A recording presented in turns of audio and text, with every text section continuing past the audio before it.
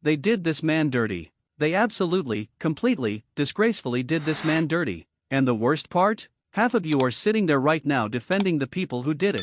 So before you scroll past this video, before you click off and go watch some watered down recap channel tell you everything's fine, I need you to stay with me. Because what happened to Gunther, the ring general, the man who has spent the last year murdering legends on live television, is one of the most calculated, cold-blooded acts of destruction this industry has seen heading into a WrestleMania. And the fact that WWE is letting it play out this way tells you everything you need to know about the chaos that is brewing in Las Vegas. Let's get into it. The setup, how Gunther got here. You have to understand the chessboard before you understand the move. Because nothing that happened on that March 30th episode of Monday Night Raw at Madison Square Garden was an accident. Nothing. Not a single second of it. For weeks Gunther had been invisible. Gone. A ghost. The man who retired John Cena. The man who sent AJ Styles into the sunset. The ring general, standing at the peak of his entire career, suddenly vanished off television with no explanation. The internet was buzzing. The dirt sheets were spinning. Creative limbo, they said. No direction, they said. WrestleMania is 2 weeks away, they said, and Gunther has no match. No opponent. No storyline. Nothing. Meanwhile, the WWE Universe was watching Seth Rollins cook from the outside. Seth the Visionary, a man who has been out since Crown Jewel 2025 with a serious shoulder injury, had already made his presence felt. He showed up at Elimination Chamber 2026 and cost Logan Paul his shot at glory. That set off a feud with Paul Heyman, the most dangerous mouth in the history of professional wrestling. And Rollins, being medically uncleared for in-ring competition, was working that feud purely on the mic, in and out of arenas, doing everything short of actually getting in the ring. On top of all of this, Oba Femi the ruler had been running roughshod over the entire Raw roster. This 27-year-old mountain of a human being, 6'6", 310 pounds of absolute punishment, was building toward what WWE was positioning as one of the most physically terrifying WrestleMania matches in years: Brock Lesnar vs. Oba Femi. 2 weeks out from WrestleMania 42, Femi had already physically dominated Brock Lesnar on multiple occasions. He floored Adam Pearce. He took out security. He hit Brock with a delayed pop-up powerbomb that looked like it came from God himself. Oba Femi in March 2026 was not a rising star anymore. He was a wrecking ball with a name tag. So you've got Oba Femi terrorizing Raw. You've got Seth Rollins feuding with Paul Heyman in the shadows. And you've got Gunther missing, invisible, unbooked somewhere in the background, waiting. That wait was about to end. And when it did, it ended violently. Madison Square Garden, the night everything changed. March 30th, Monday Night Raw. Madison Square Garden in New York City, the most famous arena in the world, the mecca of professional wrestling, the building where legends are made and broken. The crowd is electric. 2 weeks from WrestleMania. Every segment matters. Every move counts. Paul Heyman comes out. The Oracle. The greatest talker in wrestling history. He cuts a promo about the newly crowned WWE Tag Team Champions, about his legacy, about what a humanitarian he is, because Paul Heyman is the only man on earth who can brag about being a generous human being while simultaneously plotting the destruction of everyone around him. He starts talking about Oba Femi and Brock Lesnar.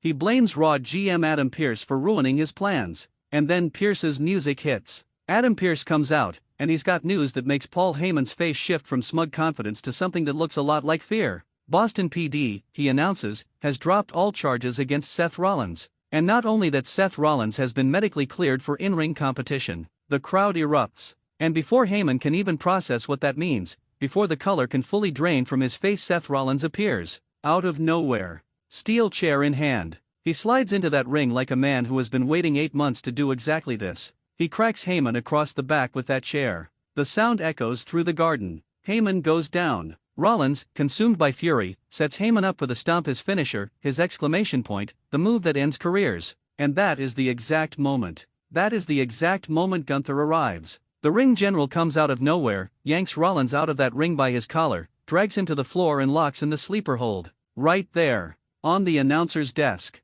In Madison Square Garden. In front of thousands of people who had no idea it was coming. Gunther cinches that hold so deep, so mercilessly, with the kind of technical savagery that only he possesses in Seth Rollins, the man who just came back from months of injury and months of personal war with Paul Heyman, goes completely unconscious. Out cold. On the desk. Done. And Gunther stands over him and stares at the WrestleMania 42 sign. Adam Pearce later makes it official. Gunther vs. Seth Rollins. WrestleMania 42. Las Vegas. Allegiant Stadium. The real question: what is Gunther actually doing? Here is where this gets deep. Here is where this gets complicated. And here is where I need every single one of you to drop your opinions in the comments, because this is a question that does not have a clean answer yet. Why did Gunther attack Seth Rollins? On the surface, the answer is simple. Gunther needed a WrestleMania match. His originally planned opponent, Rey Mysterio, is out injured. Braun Breaker, who was supposed to be feuding with Rollins since that Royal Rumble attack, is also not medically cleared in time.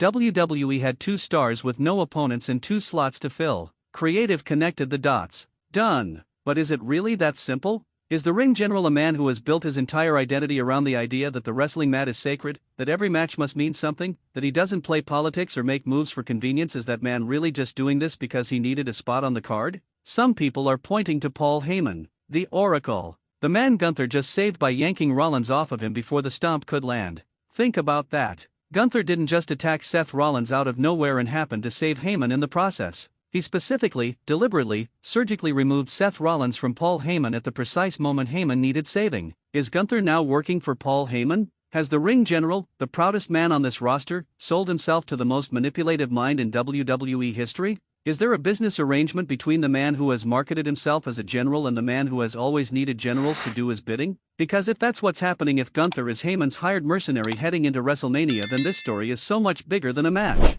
This is a corruption arc. This is the ring general bending his own rules for power. And that, ladies and gentlemen, is one of the most fascinating possible directions this could go. Or, and hear me out, maybe it's even simpler and darker than that. Maybe Gunther looked at Seth Rollins, a man coming back from injury, still not 100%, still shaking off ring rust, and saw an opportunity. Maybe the ring general made a calculated, cold decision to strike when his future WrestleMania opponent was at his most vulnerable. Not for Heyman, not for money, for himself. Because Gunther is a predator in the truest sense, and predators don't announce their attacks. They wait, they pick their moment, and they go for the throat. Either way, Seth Rollins went out cold on that announcer's desk. And now he has 2 weeks to recover, prepare, and walk into Allegiant Stadium in Las Vegas knowing that the man across from him just choked him unconscious in front of the world. Obafemi's shadow over all of this. Now here is the layer of this story that nobody is talking about enough. Because while Gunther and Rollins are the confirmed match, Obafemi's fingerprints are all over the chaos surrounding both men heading into WrestleMania. Remember, Seth Rollins' original road to WrestleMania was supposed to run through Braun Breaker and the Vision. That entire plan was derailed back at the Royal Rumble when Breaker was attacked and stomped out by a masked man believed to be Rollins. Breaker was eliminated from the men's Royal Rumble match mere seconds in, and the man who eliminated him was Obafemi. So from the very beginning of this calendar year, Obafemi has been a wrecking ball crashing through the stories around him, and Seth Rollins got caught in the debris. And now Oba is heading into WrestleMania to face Brock Lesnar, a match that has genuinely felt like the most physically violent build on the entire card. These two men, Lesnar, the beast incarnate, aging but terrifyingly dangerous, Femi, the ruler, 27 years old and ascending like a freight train with no brakes, have been on a collision course that the entire Raw locker room cannot control. Femi took out security. He floored the GM. He stared Lesnar down with absolutely zero fear in his eyes. Brock Lesnar, a man who has made careers crumble with a single look, looks apprehensive for the first time in years. The reason this matters for the Gunther story is this: Obafemi is the future, and Gunther has been the present.